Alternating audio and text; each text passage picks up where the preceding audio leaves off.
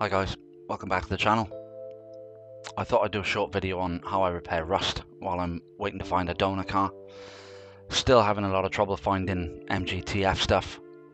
The cars are quite plentiful, but they're also quite expensive to buy, so I've been on the lookout for one that's cheap.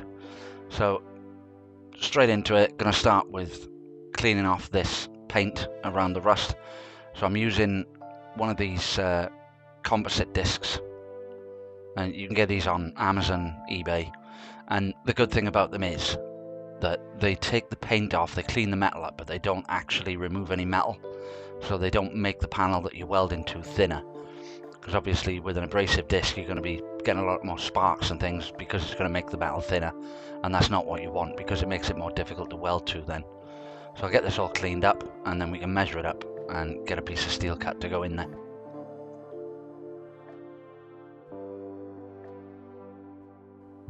So I'll just measure up now, see how much material we're going to need, and we'll get a plate cut out to size.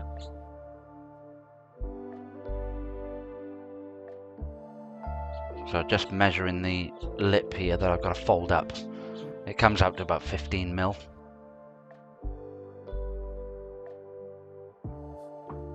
And this bit's about 60 mil, so I'm going to cut it about 80 mil wide so that I've got plenty left over to trim away after I've shaped the panel up.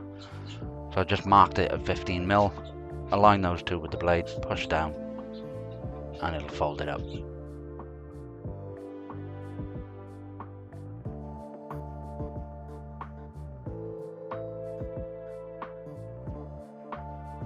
So just having a look here to see how this panel needs to be formed, and there's a bit of a sweep away in this corner. So in this sort of V area here, I've got to stretch the panel to get it to dip down when I've created the curve on the edge. So I'll just mark out roughly where I want to create the stretch, and then I can put it in the stretcher, open it out, and it'll create that little bit of curve. So I'm just going to use some light pressure here just to get the panel starting to form, and once I've got it moving and got that bit of stretch created, I'll just slightly manipulate it by hand just to get the curve going in the correct direction.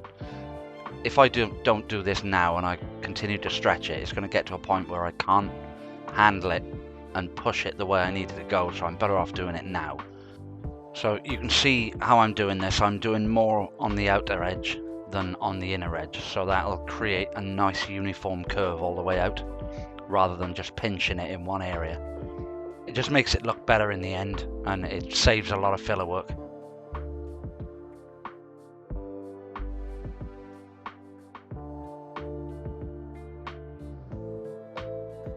So just pull it out for you to have a look here to see what's actually happening, and you can see this curve starting to be created in the middle. So what that's going to do when we bend up the inner edge, that's going to make that really pop out and create that sweep away that we want in the door shut. A lot of this you've got to do by eye because you can't create the two curves at the same time. You've got to do this stretching first with this particular design of stretcher, and then you can do the shrinking on the edge to create the curve for the edge. It's a lot of messing around. You can go back and forth, check as you go in, but it's very difficult to gauge it. A lot of it's experience. You can see here how the stretcher works. So this is the bottom die, and as the top die gets pulled down to it, the metal's in the middle and it pulls it apart. Only very slightly, but every little time you do that, it creates that little bit more stretch every time. The only thing you've got to be careful of is overstretching it, because it will snap the panel. These are the shrinker dies, opposite direction, it pulls it in rather than pushes it out. One thing you've got to be careful of with shrinking too much is you can work hard on it and you can make the metal very brittle, because as you're shrinking it, it's making it thicker and it's making it harder.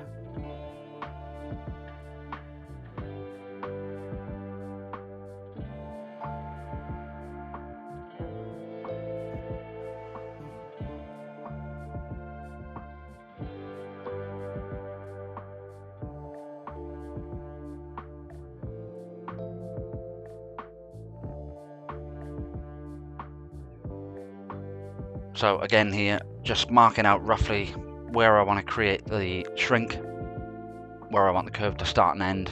It's only an approximation. We'll go back and forth a couple of times as we did with the stretching, just to make sure that we're getting that curve right. So again, not going too crazy here, just a couple of light pulls on the metal just to get it to start moving. And then I can check roughly where I need to go and how I need to go with it.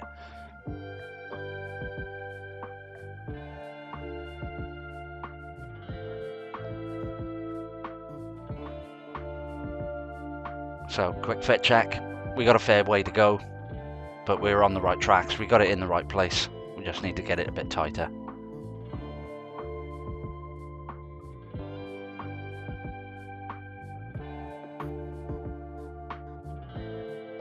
So a quick check again, it's pretty close there now, a little bit more on that top half, just to get it to tuck in a bit more. A couple more presses and that should do it. And there we go, that fits pretty well, and you can see this outer edge just swept down more, so that stretch we've put in is pretty close.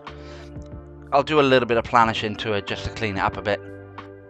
So just a sanity check here, make sure I have made the panel big enough, so marking out around it, and I know then how much material I can remove. So I've got loads of room either side of that, so I can mark out now where I'm going to cut this panel, trim it back to where it fits, and then I can cut the hole out and cut all the rust away.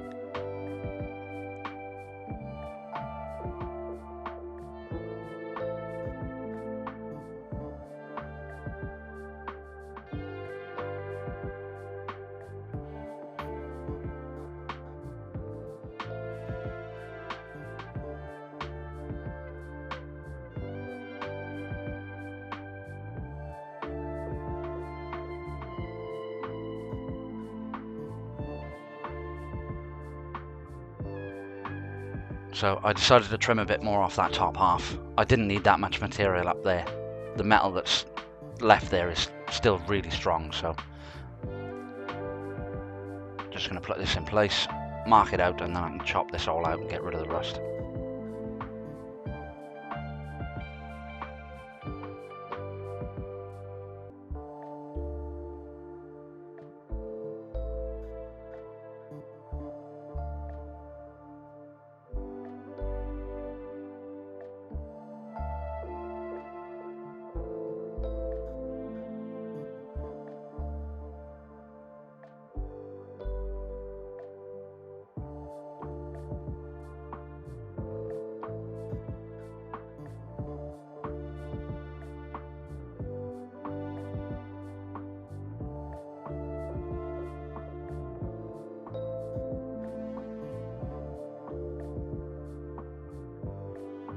The inner corner here had rusted away as well, there was nothing left of it, so I cut out a little bit of that area, cut out a piece of steel, and then I'm just roughly marking where it's got to go, and I'll put it up against the piece that I've made to check that it is in the right place. And with that, I know I can mark around, follow that line around to create that curve to weld to, and then I'll cut that out, get that welded in.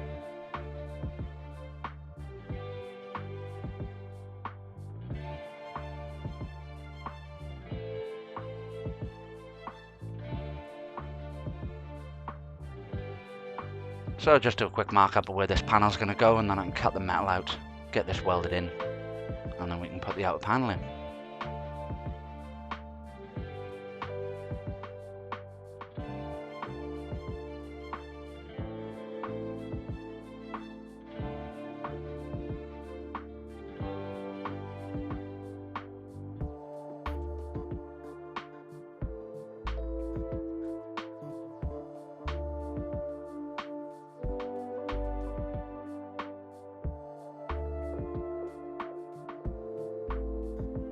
So just finishing cleaning up this edge now, get this panel fitted really nice.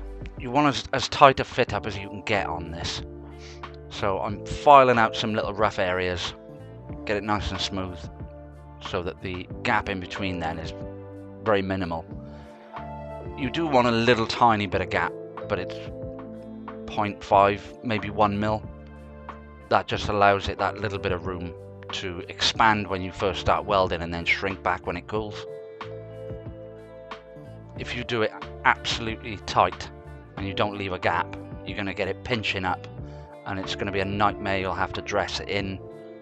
You probably end up having to put twice as much filler in as you would have done. So it's better to spend that little bit of time now, and then you know you've got less work to do in the future.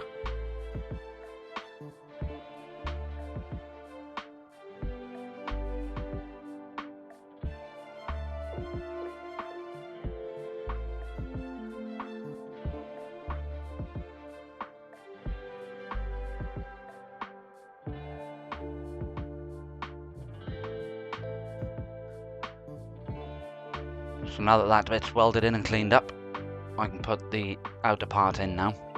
And you see I've drilled these holes here. These are MIG plug holes and they're 8mm in diameter. You can do them 6mm, but I find that a MIG welder doesn't like penetrating unless you're running the amperage a bit higher. So I usually do them a bit bigger, plug them all the way through, and you get good penetration into the panel below then.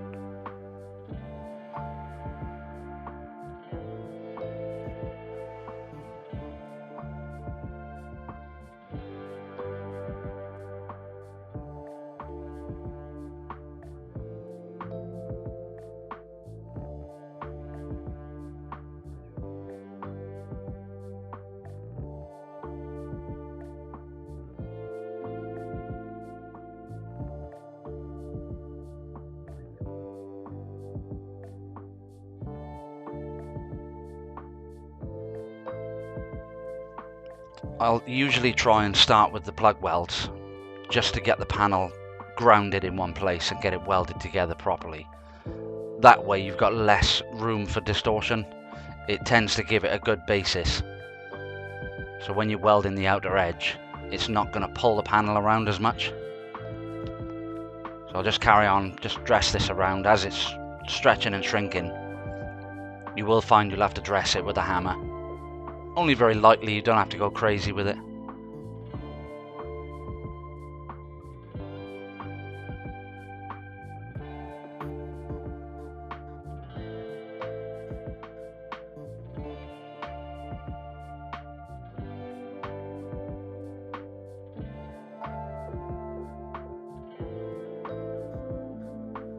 You'll notice me moving around a lot with the MIG torch. That's to reduce the amount of heat going into one particular area. Once you've got it all stitched together, it's not too bad. You can do a couple of runs here and there, but you still need to move around a bit. You can get away with it on thinner metal like this, but it just saves a lot of time in the long run.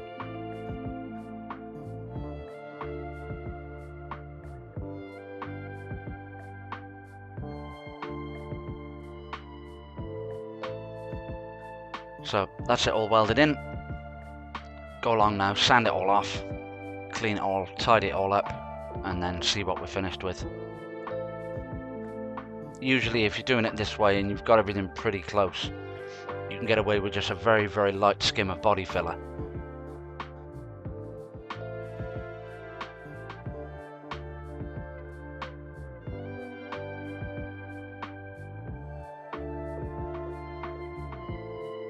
And there we go, pretty much done. Didn't come out too bad at all, really. Considering the position it's in and how difficult it is to make that panel up, I'm quite happy with it. It would have been nice to be a bit smoother, but race car. Anyway, that's it for this one. I'll hopefully be back soon with another episode. Don't forget to subscribe.